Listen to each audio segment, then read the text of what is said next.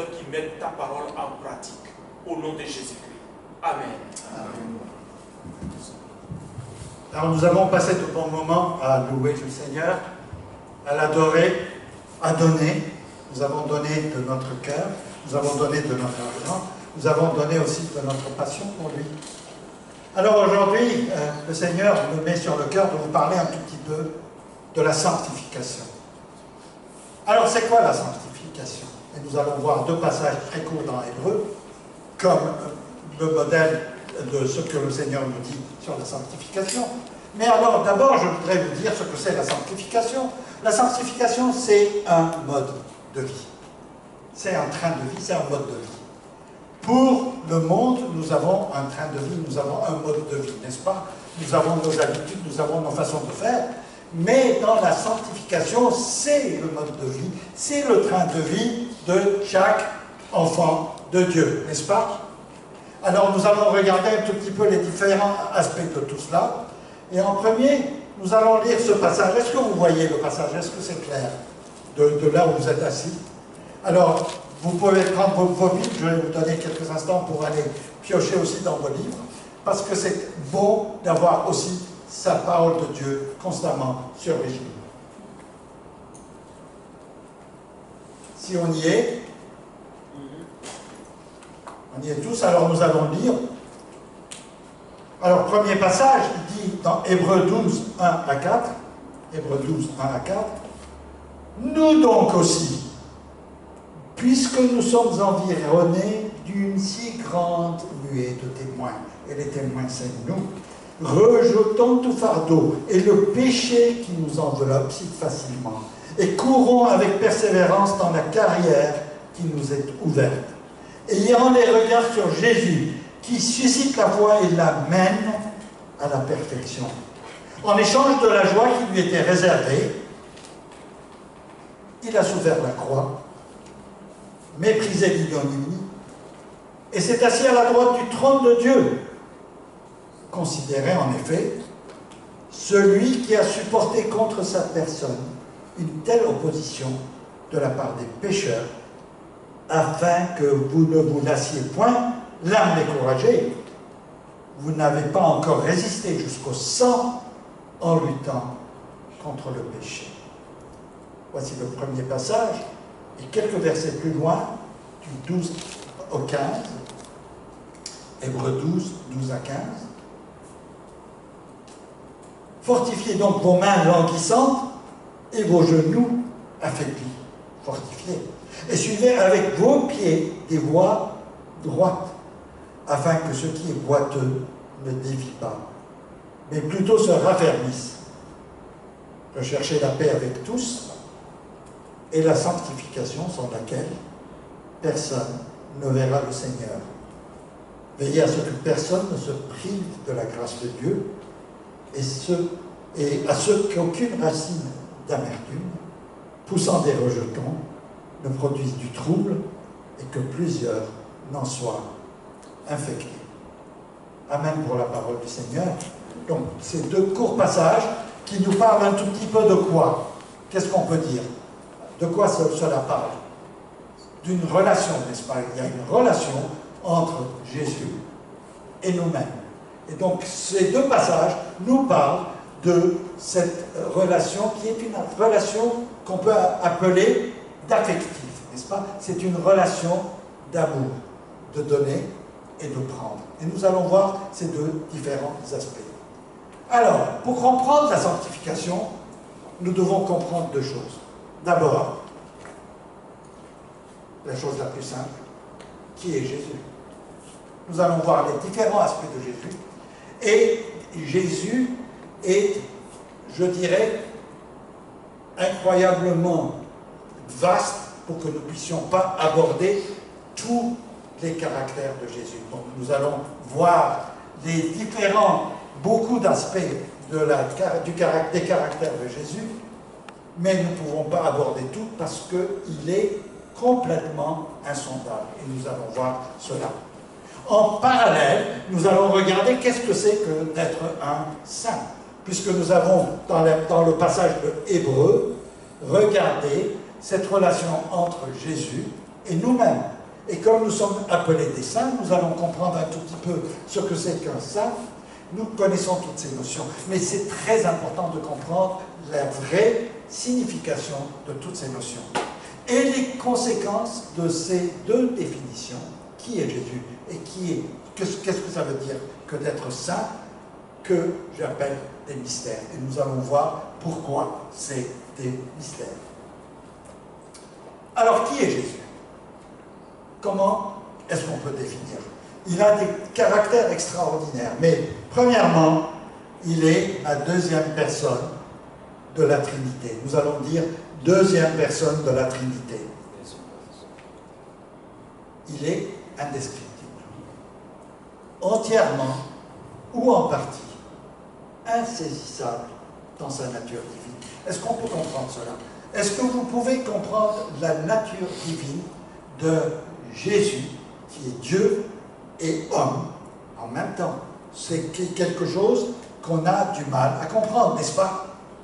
Nous avons du mal à comprendre ce caractère de Jésus. Mais en même temps, ce caractère, c'est un caractère qui est indescriptible. Nous ne pouvons pas le décrire ni entièrement, ni même en partie, parce que c'est une profondeur que nous ne pouvons pas atteindre. Mais Jésus est aussi créateur et maître de l'univers. Que dit la parole de Dieu là-dessus? Que toutes choses sont créées par lui, avec lui, par lui et pour lui. Toutes choses, nous avons été créés pour Jésus. Est-ce que vous réalisez cela? Et que votre création est quoi? Le plaisir de Dieu. Quand il a créé, Dieu a créé l'homme, qu'est-ce qu'il a dit? Que c'était très bon. Nous sommes créés pour le plaisir de Dieu. Il a mis 6 jours pour créer toute la nature, et il a créé le chef-d'œuvre de la création, qui est l'homme. Et pourquoi ce chef-d'œuvre? Parce que nous sommes à l'image de Dieu. Ça aussi. Au-delà de son caractère de deuxième personne, au-delà de son caractère de créateur, puisque la création a été créée par la parole, et que Jésus est la parole de Dieu. Donc la création a été créée par Jésus lui-même. Et donc, au-delà de cette nature de créateur, au-delà de sa nature de Dieu, deuxième personne, Dieu lui-même, il est aussi notre sauveur. Alors, voilà une notion qui paraît aussi incroyable. Je dirais même une notion incongrue qui fait qu'on se dit, mais comment est-ce possible que Dieu peut être notre sauveur? Et pourtant, la parole de Dieu nous dit qu'il est le seul capable de payer le prix de nos péchés.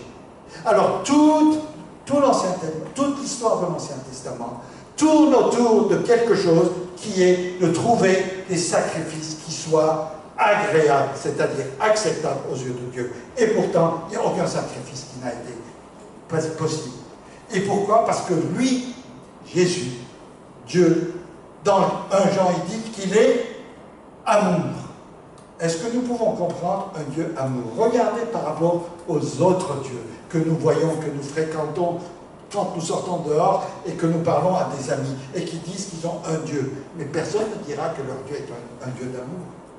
Ils ne peuvent pas comprendre, ils ne peuvent pas même, comment dire, interpréter la parole de Dieu qui dit que Dieu est amour. Un Dieu d'amour est un Dieu infiniment collé à sa création, à sa créature. Et cela, dans les autres religions, c'est quelque chose d'extraordinairement difficile à appréhender. La preuve, c'est que pour, par exemple, l'islam, Dieu est un Dieu très lointain. Pour Bouddha et les bouddhistes, c'est une notion que Dieu est en nous-mêmes, donc ça engendre une autre sorte de relation. Pour les Siva et les shintoïstes et les taoïstes et les autres dieux, c'est des dieux qui sont des dieux fabriqués de main d'homme ou de l'esprit de l'homme, plutôt que ce que nous voyons nous-mêmes. Dans son amour, Dieu ne veut pas que quiconque périsse. veut que tous nous soyons sauvés. Ça, c'est une relation qui est absolument aussi unique dans son caractère.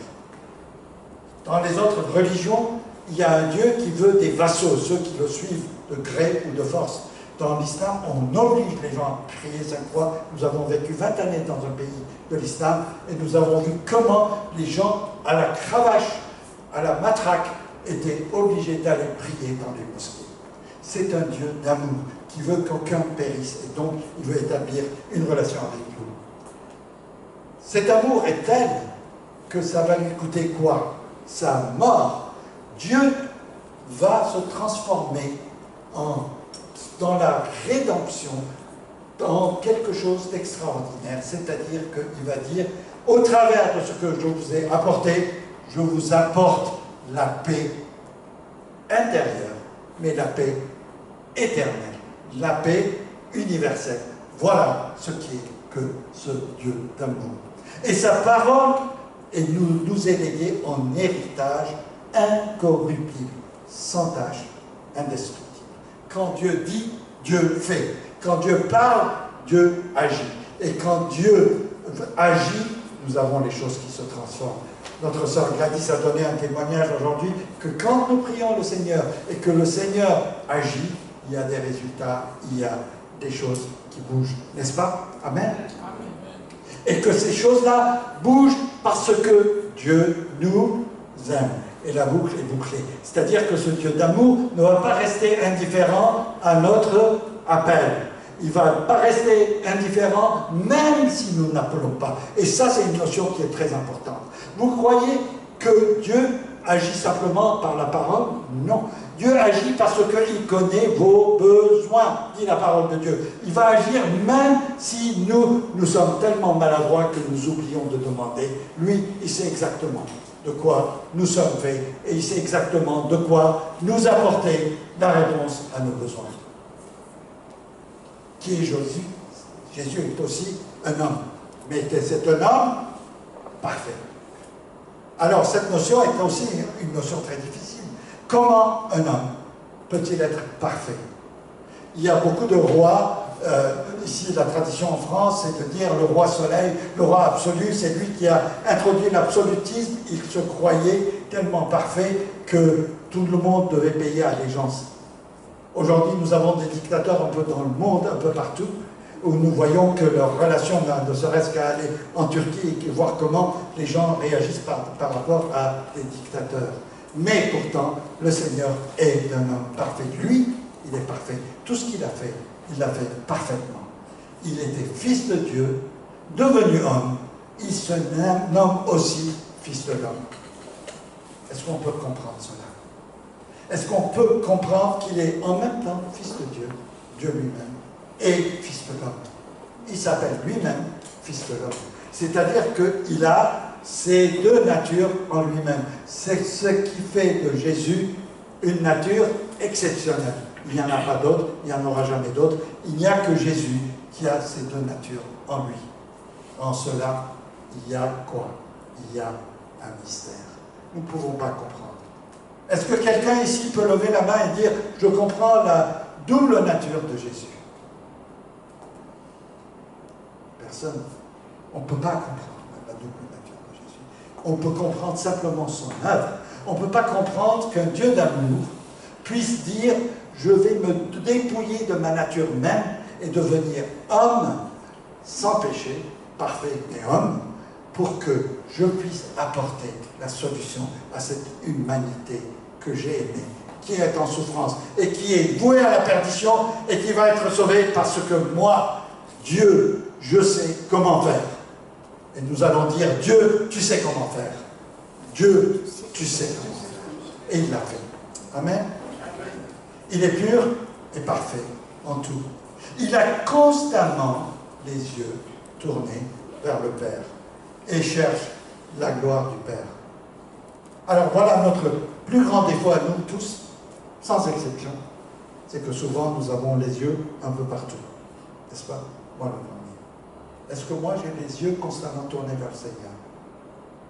Est-ce que toi tu as les yeux constamment tournés vers le Seigneur? Est-ce que toi tu as les yeux constamment tournés vers le médiateur qui est Jésus? Est-ce qu'on a les yeux tournés vers Jésus? Est-ce qu'on a le moi, l'ego et l'égocentrisme? Oui. Et pourtant, Jésus est là. Et cela est un mystère aussi.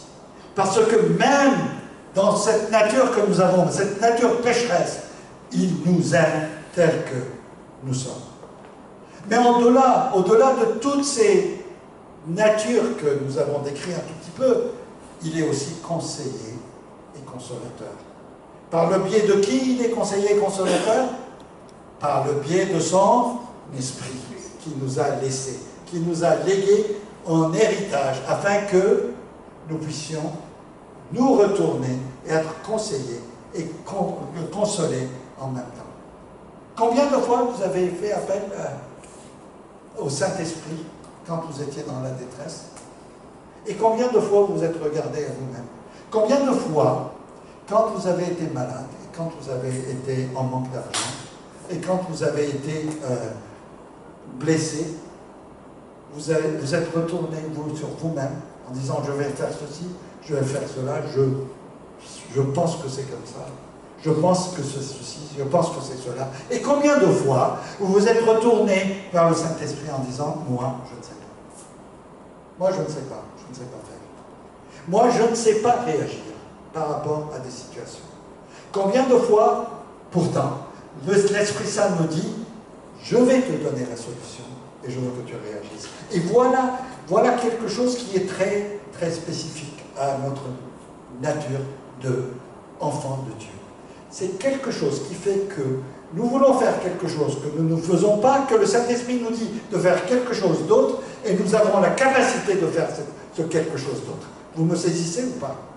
Nous voulons faire quelque chose, et le Saint-Esprit nous dit non, tu ne vas pas faire cette chose-là, tu vas faire autre chose.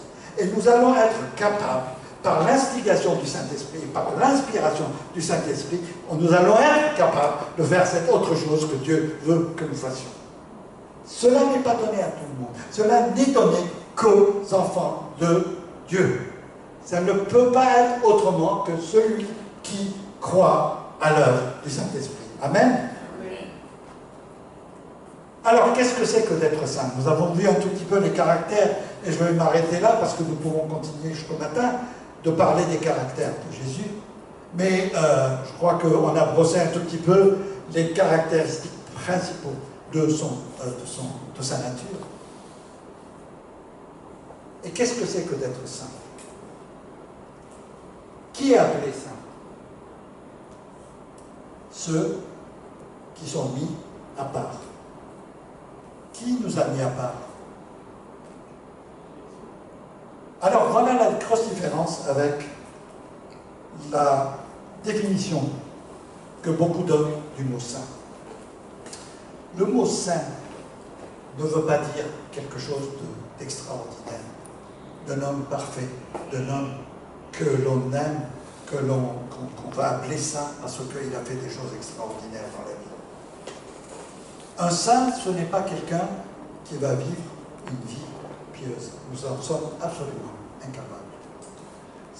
Un saint, ce n'est pas quelqu'un qui va dire « ben moi, je ne pêche pas », parce qu'il serait présomptueux et orgueilleux. Un saint, ce n'est pas quelqu'un qui va dire « eh ben moi, j'y arrive parce que par mes efforts personnels, je peux le faire ». Ça, ce n'est pas un saint. Ça, c'est un orgueilleux. Un saint, ce n'est pas quelqu'un qui va dire pour quelqu'un d'autre qui a vécu une vie pieuse, ben celui-là, il mérite d'appeler saint, et celui-là, il ne mérite pas d'appeler saint. Et moi, je vais décider de l'appeler saint, et je vais le mettre dans le panier des saints, et l'autre, qui n'a pas encore fait ses preuves, ben, il sera autre chose jusqu'à ce qu'on en fasse un saint. Tout cela est pas d'après la parole de Dieu. Cela n'est pas d'après la parole de Dieu. Mais nous sommes un peuple mis à part. L'homme, il s'agit de nous. L'homme, c'est un pécheur invétéré. Ça veut dire quoi, invétéré? C'est-à-dire qu'il n'arrêtera pas de pécher. Nous n'arrêterons jamais de pécher. J'allais dire malheureusement, mais c'est notre nature humaine. Tant que nous sommes des êtres humains, que nous n'allons pas être complètement transformés pour l'éternité, nous continuerons à pécher. Et combien de fois nous demandons pardon, et combien de fois nous retombons dans le péché. Et combien de fois nous retombons dans le même péché qui nous tient. J'allais dire par Michel. Ce pécheur est aussi endurci, dur comme de la rocaille. L'homme est un homme dur. Nous avons un cœur endurci et nous sommes sans espoir. Est-ce que vous croyez que l'homme peut être sauvé autrement que par une œuvre rédemptrice d'amour qui va le transformer? Est-ce que l'homme, de par ses propres efforts, est capable de dire « je vais être mieux » ? Je vais vous dire oui. En partie, oui. Il va être capable de dire « je vais être transformé par le, qu'est-ce qu'on dit, renouvellement de l'Esprit de Dieu. Par le renouvellement de l'Esprit Saint. » L'homme, comme nous sommes incapables de saisir les plans de Dieu. Est-ce que vous comprenez, vous, les plans de Dieu pour nous? Est-ce que nous comprenons que nous allons hériter d'un royaume prévu à l'avance? Mais qu'est-ce que ça veut dire, ça? Moi, la première fois, quand je lisais tout ça et que j'étais un tout petit chrétien en croissance dans la parole de Dieu, j'ai dit, mais qu'est-ce que ça veut dire que il va y avoir un royaume pour moi? Que nous allons être un peuple de souverains sacrificateurs. Comment est-ce que cela est possible? Mais nous avons un seul souverain sacrificateur. Nous sommes un peuple de sacrificateurs, de prêtres. Nous offrons des sacrifices. Nous offrons des sacrifices au Seigneur. Ça, c'est un mystère. On a du mal à comprendre. Mais que l'homme est aussi destiné à accomplir de bonnes œuvres. Nous sommes destinés à accomplir de bonnes œuvres. Est-ce que vous accomplissez de bonnes œuvres? Alors, moi, ça me faisait rigoler quand j'étais à l'école et qu'il y avait le catéchisme. Il me disait, c'est le moment des bonnes œuvres. Alors, donner l'offrande, c'était les bonnes œuvres. Et la question que je me posais, tout gamin que j'étais, j'ai dit, eh bien, si ça c'est des bonnes œuvres, il y a aussi des mauvaises œuvres. Donc, pour moi, c'était déjà incompréhensible qu'on dise de l'offrande des bonnes œuvres. En fait, les bonnes œuvres, c'est de se mettre au service des autres. Et nous sommes, l'homme, préparés à recevoir quoi? Un royaume éternel. Est-ce que nous nous préparons à un royaume éternel? Ça aussi, c'est incompréhensible. Ça aussi, nous ne pourrons pas comprendre. C'est quoi un royaume éternel? Est-ce que nous avons une idée de ce que c'est que ces moments que nous allons passer dans l'éternité? Est-ce que vous avez une idée de ce que vous allez faire? Comment vous allez occuper vos journées? Qui peut me dire comment nous allons occuper nos journées? C'est une éternité. Hein? Là, on passe une demi-heure, une heure, ici, ensemble. Eh bien, figurez-vous que nous allons passer l'éternité à être comme ça, assis, ensemble. Mais autour de qui? Pas autour de Ovid, pas autour de Samuel, mais autour de l'agneau. Qui va nous expliquer, parce qu'il y a beaucoup de choses qu'on n'a pas compris et qu'on ne comprendra jamais dans cette parole. Mais on aura toute l'éternité pour qu'il nous explique ces choses-là que nous n'aurons pas compris et que nous partirons sans avoir compris. N'est-ce pas? Amen. Daniel dit, mais les saints du Très-Haut recevront le royaume et ils posséderont le royaume éternellement, d'éternité en éternité. Et j'ai regardé la traduction en anglais de King James, qui est encore plus fort. Mais les saints du Très-Haut prendront le royaume, et posséderont le royaume pour toujours, et pour toujours. J'ai trouvé cette définition en anglais beaucoup plus belle que cette traduction de Louis II. Cela vient aussi de la façon dont les traducteurs traduisent la Bible, n'est-ce pas? Alors, on va relire, parce que cette définition est très belle, mais les saints du Très-Haut prendront le royaume. Nous posséderons, nous prendrons le royaume, nous posséderons le royaume pour toujours, et pour toujours. Amen. Amen.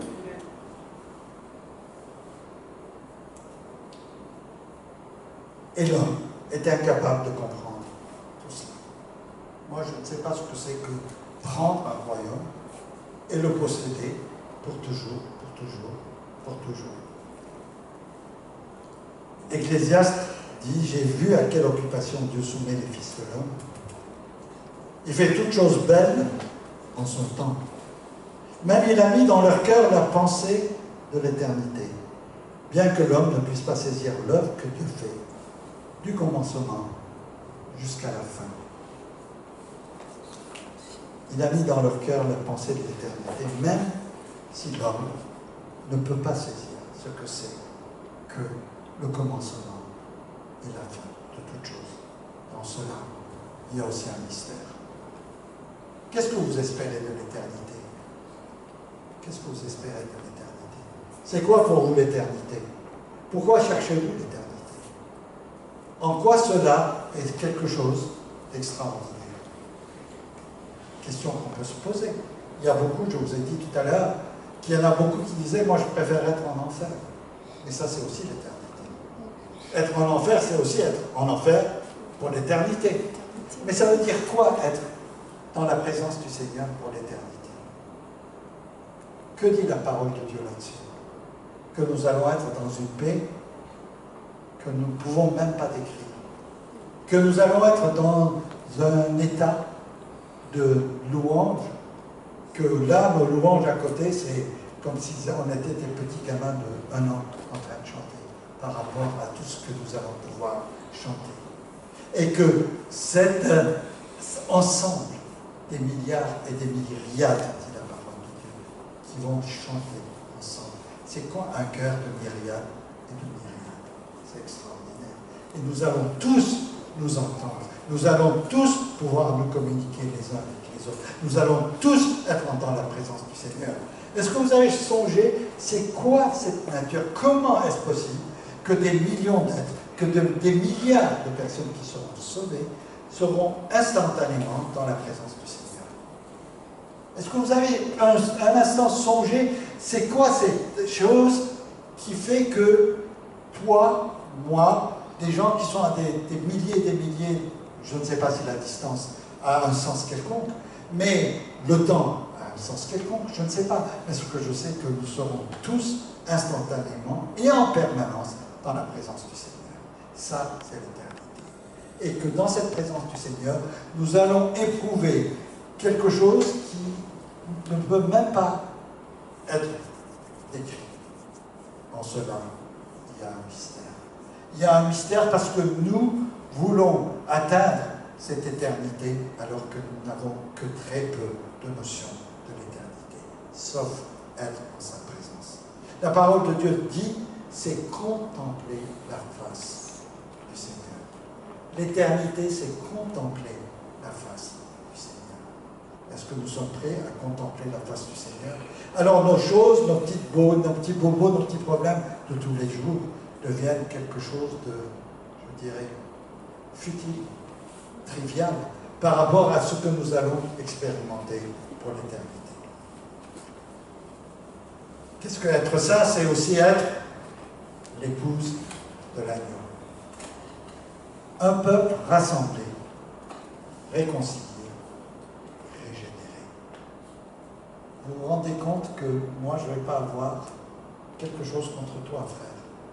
Je ne vais pas avoir quelque chose contre l'autre, que je vais t'aimer comme jamais je t'ai aimé, que je vais pouvoir être dans la joie et que quand je vais te regarder, il va se passer quelque chose dans ton regard qui fait que je vais voir Jésus sur ta face et que tu vas voir Jésus sur la mienne. Et que nous allons communier ensemble dans cette joie d'être réconciliés, régénérés, c'est-à-dire que l'expérimentation de la nouvelle vie, elle sera là.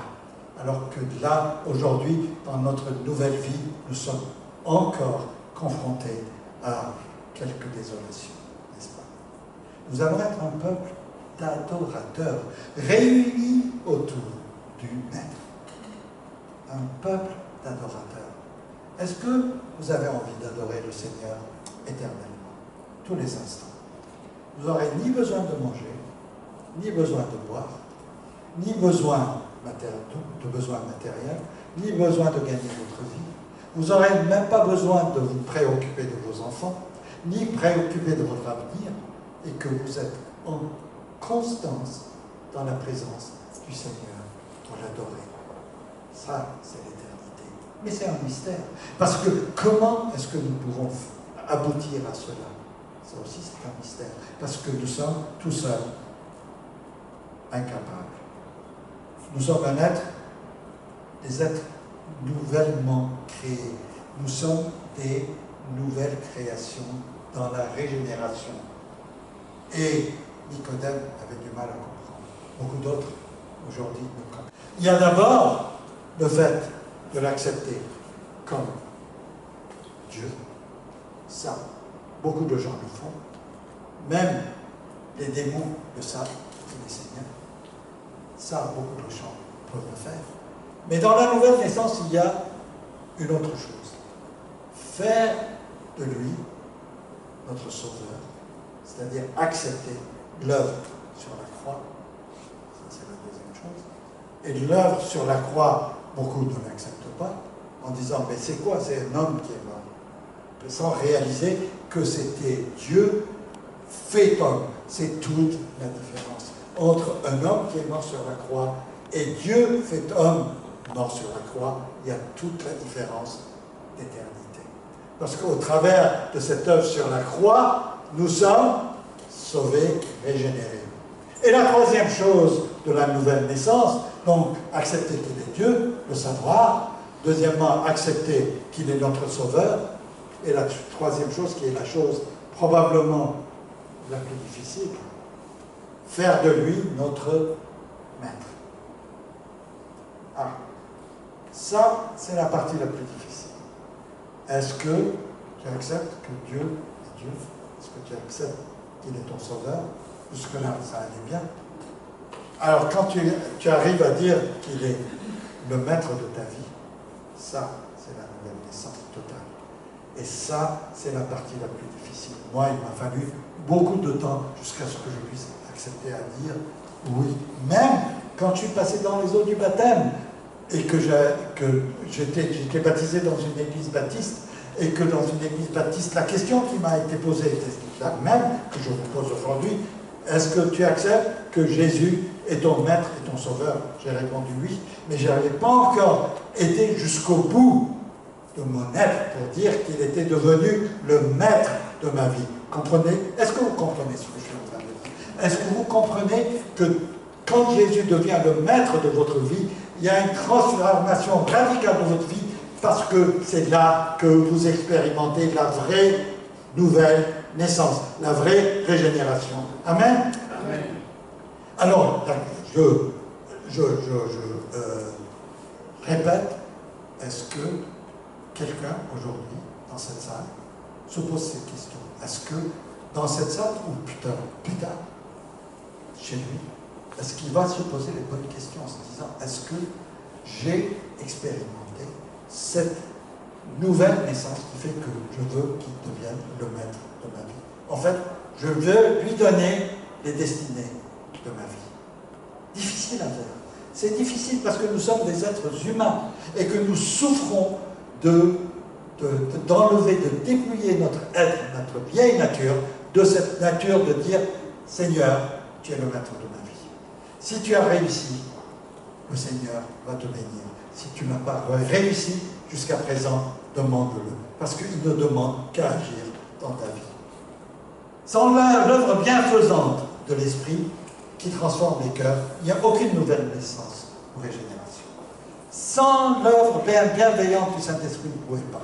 Vous avez besoin du Saint-Esprit. Le Saint-Esprit, au moment où vous avez dit que vous l'aimiez, que vous l'acceptiez dans vos cœurs, il est venu dans vos cœurs. Cela n'a pas fait de vous une nouvelle naissance.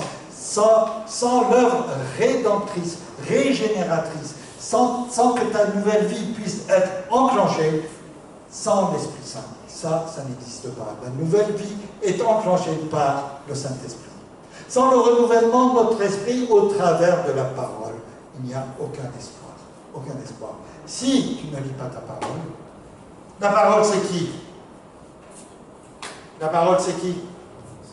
Jésus lui-même, n'est-ce pas? Si la parole n'est pas dans ta vie, tu ne peux pas connaître la volonté et la relation avec Dieu. La parole est expliquée par l'Esprit et l'Esprit explique la parole. La parole est expliquée par l'Esprit et l'Esprit ne peut pas agir en dehors de la parole de Dieu. Alors, qui est Jésus? Qu'est-ce que ça veut dire être saint? Nous avons vu les différents aspects. Alors, de ces deux choses qui sont des mystères, les deux choses sont des mystères. Qui est Jésus est un mystère, comme nous avons vu. Et qu'est-ce que être saint est aussi un mystère. Mais il y a une troisième chose, c'est la sanctification. Alors, quelle est la différence entre être saint et le processus? Parce que la sanctification est un processus, le processus de la sanctification. La sanctification est le fruit de la libération de la vieille nature et de l'abandon du vieil homme. Cela n'est possible que par le sacrifice expiatoire de Jésus. La sanctification, c'est de dire à chaque instant, je dépouille mon être de ma vieille nature qui me tend qui me tient et qui me tire vers le péché. Je vais aller plus loin et connaître mieux. Ça, tout seul, frère, sœur, tu ne peux pas. On ne peut pas aller dans le processus de sanctification tout seul. C'est impossible. Il faut qu'il y ait le travail du Saint-Esprit en nous pour que nous soyons transformés dans ce processus de sanctification où nous allons dire, nous allons progresser, aller de victoire en victoire. Aucun saint n'est saint sans le processus de la sanctification dans sa vie.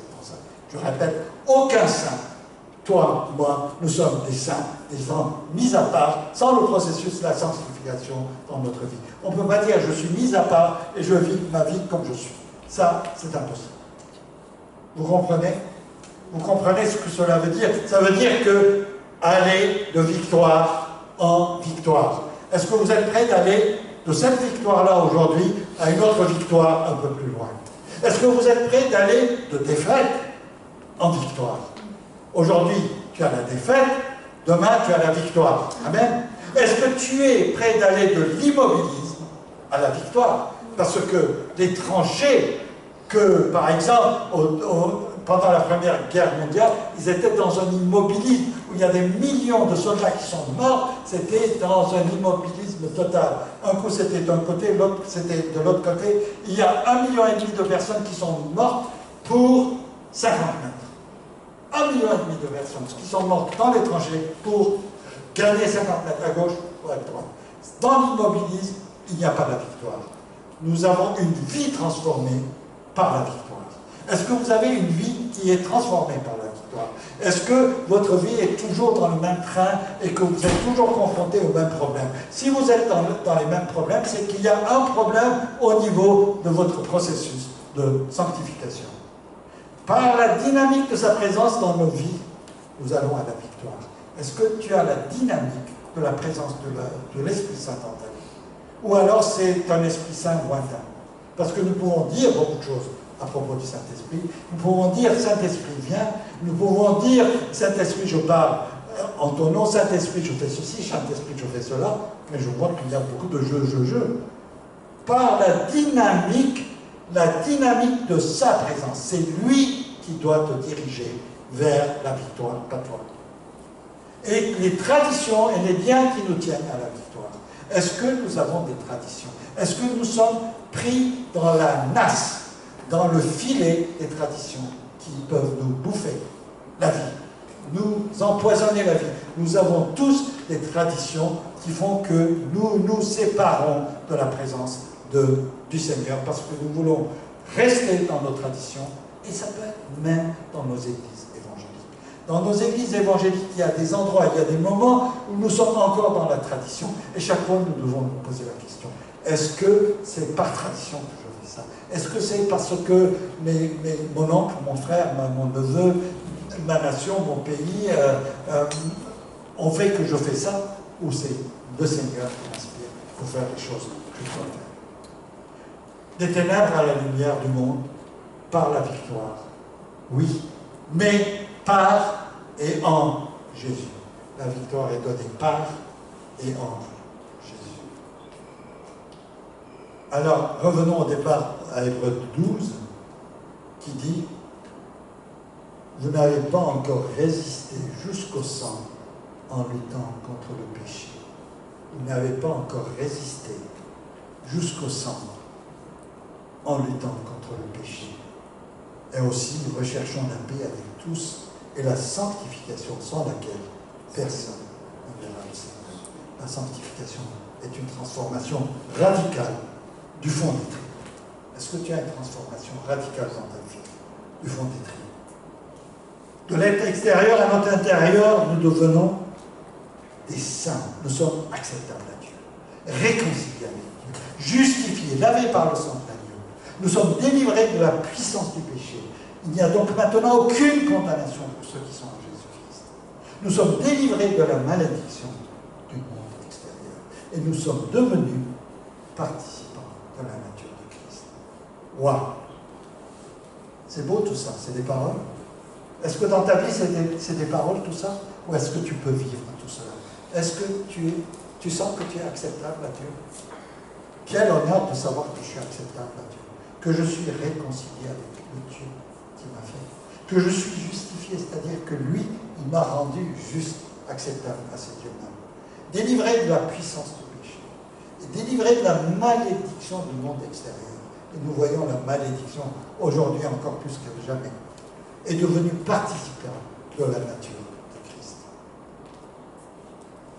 Au travers de la sanctification, nous pouvons glorifier Dieu, louer Dieu, adorer Dieu, connecter avec Dieu, se réjouir en Dieu, obéir à Dieu, jusqu'au sang en luttant contre le péché comme nous avons vu, servir Dieu et servir les autres.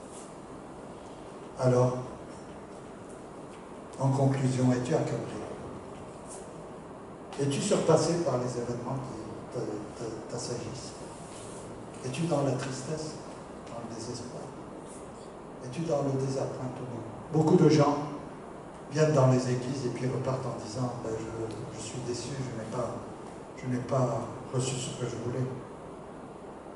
Beaucoup de gens n'ont pas compris que autant il faut recevoir, autant il faut savoir aussi donner. Es-tu dans le déni de toi-même? Beaucoup de gens sont dans le déni d'eux-mêmes et finissent dans la drogue, finissent dans l'alcool, finissent dans la prostitution. Es-tu seul? Es-tu seul aujourd'hui parmi les frères? Es-tu fatigué et là? Afin que vous ne vous lassiez point, a dit la parole que nous avons lue tout à l'heure. Si tu réponds à une seule question dans tout cela, c'est que tu as besoin d'aide. Moi, je ne sais pas te donner de l'aide. Personne ne peut te donner l'aide que tu cherches. Alors comment donc y arriver si personne ne peut te donner l'aide que tu veux? Est-ce que tes regards sont sur toi-même ou sur Dieu? Lui, il sait. Qui est Dieu pour toi? Qui est Dieu pour moi? Qui est Dieu pour toi? Est-il ton aide? Ou alors c'est que nous nous gargarisons de paroles simplement? Beaucoup de nous, a compris, y compris à commencer par moi. Souvent je dis, ben, Dieu fera ceci, Dieu fera cela. Mais est-ce qu'un seul instant, est-ce que je crois en ce que je dis? Souvent, et c'est malheureux, mais nous sommes tous dans cette situation. Qui est Jésus? Est-ce que c'est ton compagnon de vie? Est-ce que tu vis pour ton toi ou sur le toit de Jésus? Important. Est-ce que tu es sous le toit de Jésus? Ou est-ce que tu es rivé sur toi-même? Qui est le Saint-Esprit? Est-ce que c'est ce conseiller, ce consolateur, cet ami, celui qui nous dirige, que nous écoutons, ou c'est simplement nous adressons et puis nous attendons à ce qu'il fasse ce que nous voudrions qu'il fasse? Qu'est-ce que c'est que la parole de Dieu pour toi? Est-ce que tu retrouves tes ressources là-dedans? Ou est-ce que c'est la parole de Dieu parce que tu lis un verset? Beaucoup de gens lisent des versets. Vous savez, il y a deux façons de lire la Bible. Et moi, ça m'arrive aussi. Je reste. Parfois, quand tu lis la Bible a une transparence extraordinaire par rapport à ce que ton esprit est en train d'absorber par la Bible. Il y a des fois, tu lis la Bible, tu es complètement étanche. Est-ce que ça vous arrive?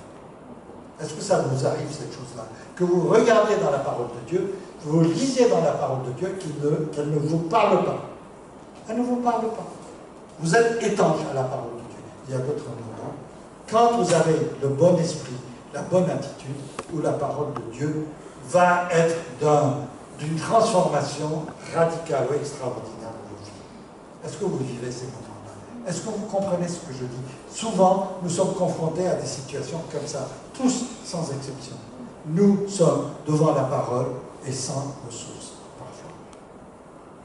Qui est la famille spirituelle pour toi? Est-ce que ta famille spirituelle est telle que tu cherches le réconfort ou c'est une réunion du dimanche après-midi de 15h30 à 17h30? Est-ce que c'est quelque chose où Dieu nous dit qu'il a fait de nous son épouse? Est-ce que nous sentons que Dieu nous prépare en tant qu'épouse un seul corps, unis autour de lui? Ou c'est simplement, chacun son problème, chacun son truc, et que dimanche on se réunit pour dire bisous à gauche, bisous à droite, on chante ensemble, on loue ensemble, et bye bye, et on s'en va. Est-ce que c'est ça la relation dans une église? Est-ce que c'est ça qui fait que nous sommes une assemblée à part? Si nous sommes une assemblée vivante, il va falloir qu'on travaille en cela. En cela, cela demande de l'effort à chacun de nous. Cela demande un effort pour recevoir et pour donner. C'est-à-dire qu'il faut que la personne puisse être capable de dire « je partage ce problème avec vous ». Et elle doit être capable de dire « viens frère, assieds-toi, qu'on parle de tes problèmes ». Les deux sont très importants. C'est ça la famille. C'est ça qui fait que nous voulons être une assemblée à part. Est-ce que nous sommes prêts à aller dans ce sens-là? Amen. Amen. Est-ce que nous sommes capables de dire, Seigneur, nous sommes là ensemble pour faire un bout de chemin? Notre chemin sur cette terre est très court. Si Dieu nous a réunis ici aujourd'hui et que nous sommes ici réunis, c'est qu'il y a une raison. Et cette réunion, c'est notre solidarité ensemble à dire, nous sommes le corps de Christ. Est-ce que tu penses que tu peux y arriver? Est-ce que tu penses que tout cela, tout ce que nous avons partagé, est-ce qu'il est possible d'y arriver? Et la question que je vous pose, la question d'après, est-ce que tout cela est bien fait? Est-ce que c'est du blabla ou est-ce que la vie spirituelle dans le Seigneur est une réalité que nous vivons tous les jours? Beaucoup de gens croient que oui, ceci, cela, et il y a mille excuses. Frères, sœurs, il n'y a aucune excuse. Il n'y a aucune excuse. Le Seigneur parle dans ton cœur. Réponds. Où en es-tu de ta marche avec Dieu? La dernière question. Cela, Dieu seul connaît la disposition de ton cœur. Mais ce que je peux dire, c'est que quand nous marchons, et que nous marchons ensemble, à un moment donné, sur le chemin, nous allons nous rencontrer. Si tu marches seul, je vais avoir du mal. Soit tu marches trop vite, soit tu marches trop lentement. J'aurai du mal à connecter avec toi. Et nous n'allons pas pouvoir marcher ensemble. Mais si nous marchons ensemble, d'un même pas, dit la parole de Dieu, que nous puissions marcher d'un même pas, et que le Seigneur puisse marcher à côté de nous. C'est en cela que nous pouvons être tous réunis autour de lui. Est-ce que vous comprenez ce que je dis? Est-ce que cela veut dire que moi, si je connais un truc que l'autre ne connaît pas, je me mets à sa disposition. Et de la même manière, si l'autre connaît et que moi je ne connais pas, il se met à ma disposition. Et que nous allons tous marcher d'un même pas. Que le Seigneur fasse que notre démarche dans cette assemblée soit toujours rivée vers ces pensées profondes qui font que nous sommes dans ce processus de sanctification où nous allons pouvoir aller. Vous savez, la sanctification, je vous donne souvent cet exemple, c'est une pente. Dans cette sanctification, nous montons et nous avons vu tout à l'heure, de victoire en victoire. nous allons aller de victoire en victoire. Et dans notre assemblée, nous irons, par la grâce de Dieu, de victoire en victoire. Amen. Amen. Attention, nous sommes sur une pente. Quand nous sommes sur une pente, quand vous n'avancez pas, et vous pouvez expérimenter ça par exemple quand vous grimpez une montagne, quand vous marchez, ça va, vous pouvez encore monter et encore monter. Mais quand vous vous arrêtez, qu'est-ce qui se passe? Ah, vous glissez. Ah oui. Ah oui. C'est que quand, dans la démarche, dans votre démarche de sanctification et dans notre ensemble, notre démarche, comme une assemblée de sanctification, quand nous allons nous arrêter, ne plus progresser, qu'est-ce qui va se passer? Nous allons régresser. Que le Seigneur fasse que nous puissions toujours aller de l'avant. Et que le Seigneur nous inspire en toutes choses. Amen. Amen. Alors, s'il y a quelqu'un qui a besoin que l'on prie pour lui ou pour elle, et que vous voulez venir devant, nous allons prier et nous chanterons à la fin le chant de la fin du culte. Mais Samuel, tu viens devant. Il y a quelqu'un qui a besoin de prière?